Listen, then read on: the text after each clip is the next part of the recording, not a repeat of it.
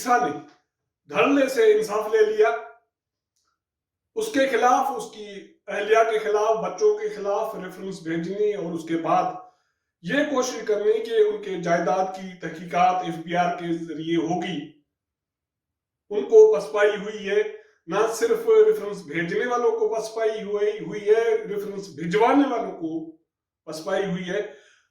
अब मामला ये शुरू से जब आया था तो ये तासुर उस वक्त भी था कि ये कानूनी मामले से ज्यादा सियासी मामला है, और अब भी यही समझा जा रहा है कि ये सियासी मामला था और इसका फैसला आ गया तो फिर इसके सियासी असरात क्या होंगे। क्या रेफरेंस भेजने वालों को खिलाफ कोई कार्रवाई होगी?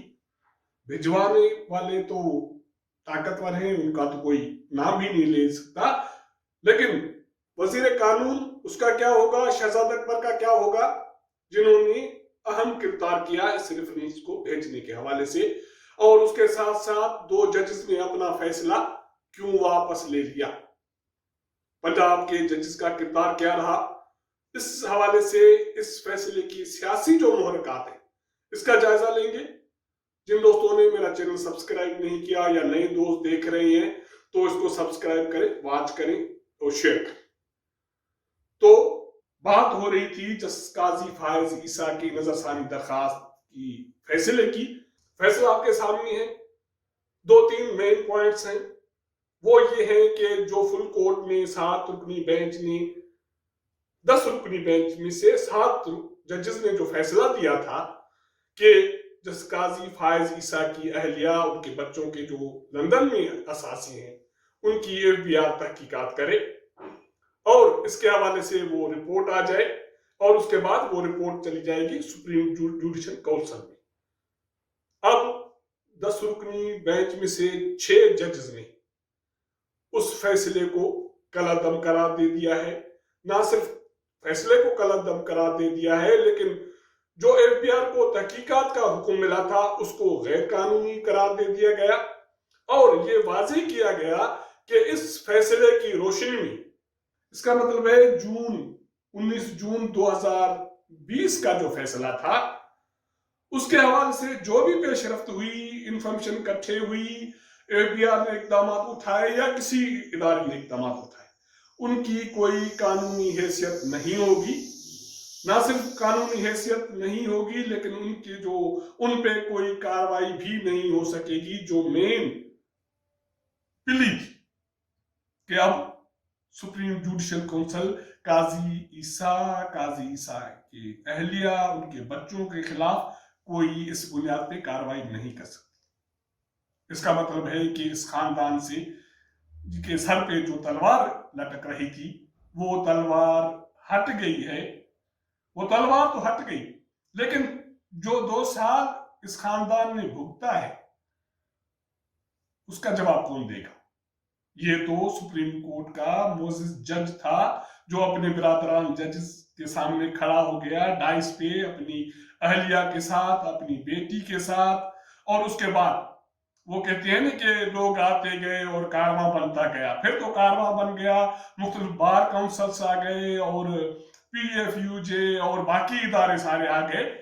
वो इस सूरत में आ गए जब काजी साहब खुद खड़े हो गए अपनी अहलिया के साथ, अपने बच्चों के साथ, और उसने अपने बिरादर जज से धड़ल्ले से फैसला ले लिया और फैसला तो आपके मैंने गोशगुजार कर दिया, वो आ गया। अब देखना यह है कि हुआ क्या है, क्योंकि जो 10 रुकनी बेंच थी उसमें काजी की जो पिल्ली थी या काजी की अहलिया और ये बाकी जो भी दरखास्तें थी उनके हक में 6 जज ने अपना फैसला दिया है कि जो फुल कोर्ट में 7 रुकनी बेंच का जो फैसला था वो कलअदम, एफबीआर कोई तहकीकात नहीं कर सकती, ना उस तहकीकात की रोशनी में कोई कार्रवाई हो सकती है। 4 जजेस जिसके हवाले से पहले जो भी सुप्रीम कोर्ट कवर करने वाले जो हमारे सहाफी दोस्त हैं वो कहते रहे हैं, निशानदेही करते रहे हैं, उन 4 जजेस ने इस फैसले के खिलाफ अपनी राय दी। ये हक होता है हर किसी का। लेकिन मुझे हैरानगी ये है कि मैंने काफी दिनों से ये इस जो केस है, इसके जो भी रिमार्क्स हैं, उसकी कार्रवाई है, अपने दोस्तों के थ्रू मैं उसको देखता पढ़ता रहा हूं। काफी दिनों से दोस्त क्लियर थे कि ये 4 जजेस खिलाफ फैसला देंगे, और वही हुआ है। लेकिन 6 रुकनी बेंचेस में से जस्टिस मकबूल बाकिर, मंजूर मलक, जस्टिस अमीनुद्दीन, मंसूर अली शाह, जस्टिस मजहर आलम मियां खेल और जस्टिस यहिया आफरीदी ने इस फैसले की तौसीक की है, इस दरखास्त की तौसीक की है कि फैसला कलअदम और एफबीआर को हक नहीं है और एफबीआर की तहकीकात की कोई कानूनी हैसियत नहीं है। इनमें से ये 6 जजेस में से 2 वो जजेस हैं जिसने पहले जो फैसला दिया था उसमें उन्होंने ये फैसला इसके हक में दिया था कि एफबीआर तहकीकात करे। वो 2 जजेस थे जस्टिस मंजूर मलक साहब और जस्टिस मजहर आलम मियां खेल।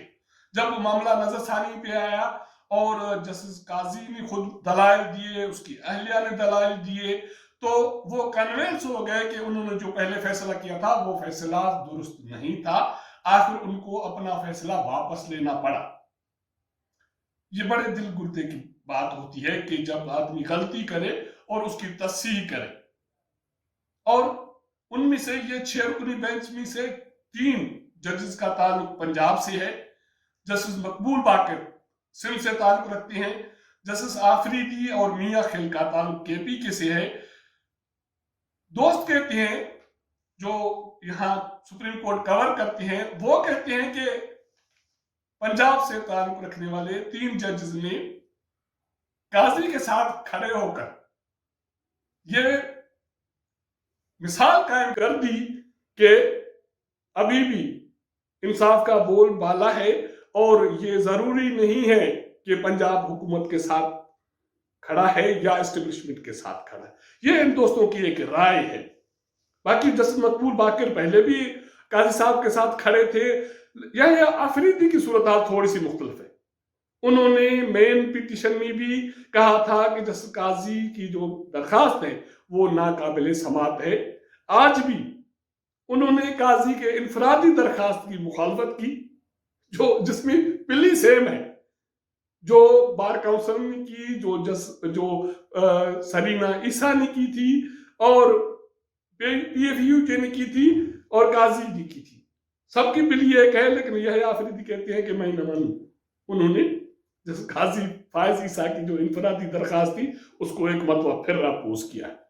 अब बात यह है कि अगर ये सियासी केस था, क्योंकि जैसे काजी फायज ईसा पहले दिन से कहते रहे हैं, मैंने फैजाबाद धरने के हवाले से जो फैसला दिया था ये उसका नतीजा है कि मैं भुगत रहा हूं, मेरी अहलिया भुगत रही है, मेरे बच्चे भुगत रहे हैं, और ये 2 साल का अरसा है, कोई कम अरसा नहीं है। उसमें एक मोअज़्ज़िज़ जज अपने बरादरान जज सामने आके आर्ग्यू करता है और सारी अपनी रूदात सुनाता है।